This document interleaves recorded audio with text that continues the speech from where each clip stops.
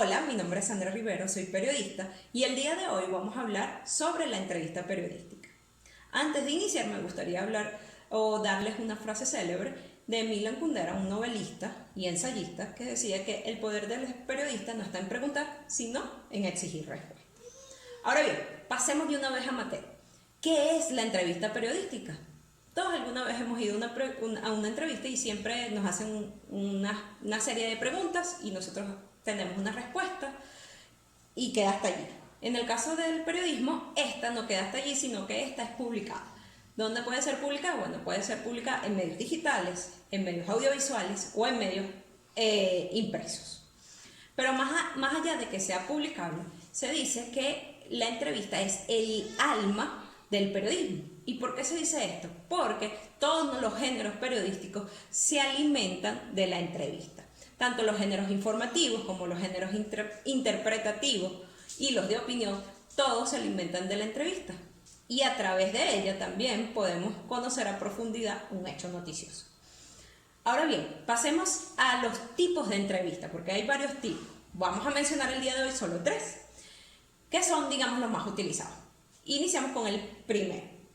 La entrevista noticiosa. La entrevista noticiosa o informativa, como su nombre lo indica, tiene que ver con el hecho noticioso. Algo que haya ocurrido en un intervalo de tiempo de 24 horas. Eso se le llama actualidad reciente. ¿Qué se hace? Bueno, el periodista va al lugar de los hechos y entrevista a una persona involucrada del hecho. Ahora bien, pasamos a la entrevista de opinión. En la entrevista de opinión, a diferencia de la entrevista informativa, se busca una persona que sea especialista en el área y que no solamente sea especialista, sino que sea reconocido a nivel del periodismo y a nivel de las personas, es decir, una persona que sea reconocida por sus estudios. Se utiliza la opinión de esta persona para conocer las consecuencias, cómo se traduce eso, cómo puede inmiscuirse más adelante ese hecho que haya ocurrido, cómo puede afectar al venezolano en este caso. Si vamos a hablar de economía, por ejemplo, puede ser el precio de la gasolina. Salió, por ejemplo, la noticia del primer día que se utiliza la entrevista informativa, que la dejamos atrás, decía, se alimenta del hecho noticioso, que utilizamos las declaraciones del presidente, ¿okay? Porque podemos ir a ruedas de prensa. Y luego en la noticia del segundo día utilizamos a un economista, que el economista ¿qué va a hacer? Nos va a decir, mire, eso no funciona ahorita por tal y tal cosa, que lo que puede ocurrir en el futuro, cómo puede golpear al venezolano, la canasta alimentaria y así un montón de cosas. Eso es lo que va a hacer la entrevista de opinión. Ahora bien, pasemos a la entrevista número 3.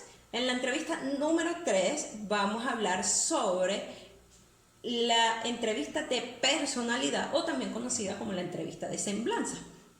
En la entrevista de personalidad está ligada a gente famosa a las ciencias, a las artes, al deporte, famosos por esas actitudes o esos logros que han obtenido. En esta entrevista, a diferencia de las otras dos que pertenecen al género informativo, esta se puede jugar un poquito con elementos de la narración e incluso el periodista como tal, es decir, uno puede inmiscuirse o mezclarse dentro del texto. Es decir, podemos utilizar la primera persona del singular sin ningún problema. Cosa que en la entrevista de opinión y en la entrevista informativa podemos hacer. Esto solo lo podemos hacer en la entrevista de semblanza o la entrevista de personalidad. Recuerden que es para gente, por ejemplo, deportistas, actores, actrices, escritores, ese tipo de personas. Y se les pregunta cosas como que qué tal tu vida, cómo fue tu vida, qué hiciste, cómo te inmiscuiste en este mundo y así. Ahora bien, esto todo ha sido un ligero tema de la entrevista. Podemos conocer muchísimas más cosas sobre la entrevista y las preguntas que se pueden hacer. Pero bueno, vamos a dejarlo hasta aquí por hoy. Me puedes ubicar a través de mis redes, S. Rivero Noriega, en Twitter, S. Rivero Noriega en Instagram y Sandra Rivero Noriega en Facebook. Hasta luego y feliz tarde.